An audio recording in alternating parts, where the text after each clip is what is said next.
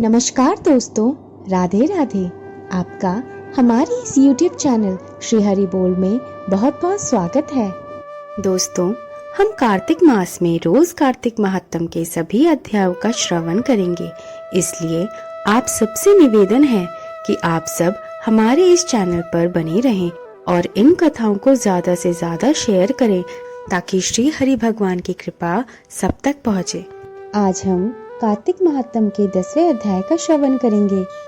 कथा सुनने से पहले दोस्तों, अगर आपने हमारे इस YouTube चैनल को सब्सक्राइब नहीं करा है तो इस चैनल को सब्सक्राइब करें, बेल आइकन दबाएं ताकि हमारे नए वीडियो की नोटिफिकेशन आप तक सबसे पहले पहुंचे।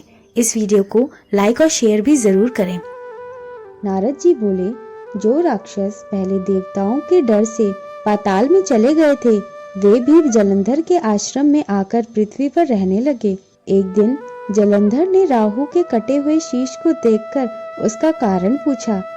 तब शुक्राचार्य जी ने सब कथा कही कि किस कारण समुद्र मंथन करके 14 रत्न देवताओं ने हरण किए और दैत्यों की हार का वर्णन किया। अपने पिता समुद्र का मंथन सुनकर वह बहुत क्रोधित हुआ और घसमर नाम का दूत स्वर्ग भेजा। उस घसमर नाम के दूत ने इंद्र की सभा में जाकर कहा, मैं संपूर्ण दैत्यों के स्वामी जलंधर का दूत हूँ।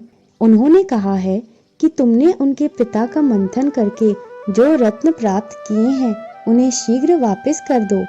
इतना सुन क्रोधित होकर इंद्र बोले, हे दूत, सागर ने मेरे शत्रु पर्वत को तथा बहुत से दैत्यों को अपने अंदर छिपा लिया था। सागर के पुत्र शंकासुर ने भी वहीं शरण ली थी। इसी कारण हमने समुद्र मंथन किया। जब दूत ने यह सब समाचार जलंधर को सुनाया तो क्रोध से कांपता हुआ और देवताओं को जीतने का विचार किया। अतः करोड़ों शुम निशुम आदि सभी दैत्यराज सेना लेकर आ गए और उन्होंने स्वर्ग में नंदन वन पर अधिकार कर लिया। तब देवता भी अस्त्र शस्त्रों से सुसज्जित होकर अमरावती से बाहर निकले और देवता और असुरों का युद्ध प्रारंभ हो गया। दोनों ओर के योद्धाओं के मरने से रुधिर की धारा बहने लगी तथा रणभूमि लाल हो गई। युद्ध में मरे दानवों को मृत्यु संजीवनी विद्या के प्रभाव से शुक्राचार्य ने जीवित कर लिया। तब द्रोणाचल पर्वत की दिव्य औषधियों द्वारा बृहस्पति ने देवताओं को पुनः जीवित कर दिया। यह देखकर जलंधर ने शुक्राचार्य जी से पूछा कि हमारे द्वारा मारे गए देवता फिर जीवित किस प्रकार हो गए? आपकी यह मृत संजीवनी विद्या तो अन्यत्र सुनी ही नहीं गई।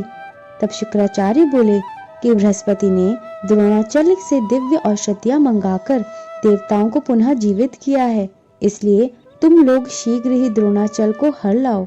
नारद जी बोले, दैत्यराज यह बात सुनकर द्रोणागिरी को उठाकर समुद्र में फेंक आया और फिर युद्ध में आ गया। संग्राम में मरे देवताओं को देखकर बृहस्पति जी फिर द्रोणाचल के पास गए, परंतु उन्होंने देखा कि द्रोणाचल को दैत्य हर ले गए हैं। यह जानकर बृहस्पति भय से व्याकुल हो गए और बोले, भागो भागो, यह महादैत्य जीता नहीं जा सकता क्योंकि यह रुद्र के अंश से उत्पन्न हुआ है। इंद्र के उपद्रव करने से ही यह बना है। बृहस्पति जी की यह बात सुनकर देवता भय से विचलित होकर 10 दिशाओं में भागने लगे। सागर पुत्र जलंधर ने देवताओं को भागता हुआ देख शंख ध्वनि के साथ अमरावतीपुरी में प्रवेश किया। उनके वहां जाने से इंद्रादि देवता पीड़ित होकर सुमेरु पर्वत की गुफा में चले गए।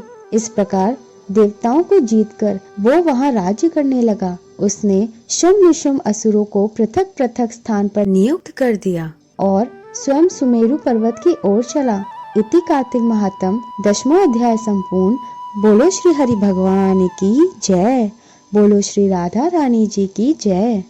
दोस्तों, अगर आपको हमारी ये वीडियो पसंद आई है तो कमेंट बॉक्स में हरिओम जरूर लिखें। अगर आपको कोई कथा सुनने की इच्छा हो तो आप कमेंट करके हमें बता सकते हैं। आप सबका दिन श्री हरि की कृपा से मंगलमय हो। धन्यवाद दोस्तों।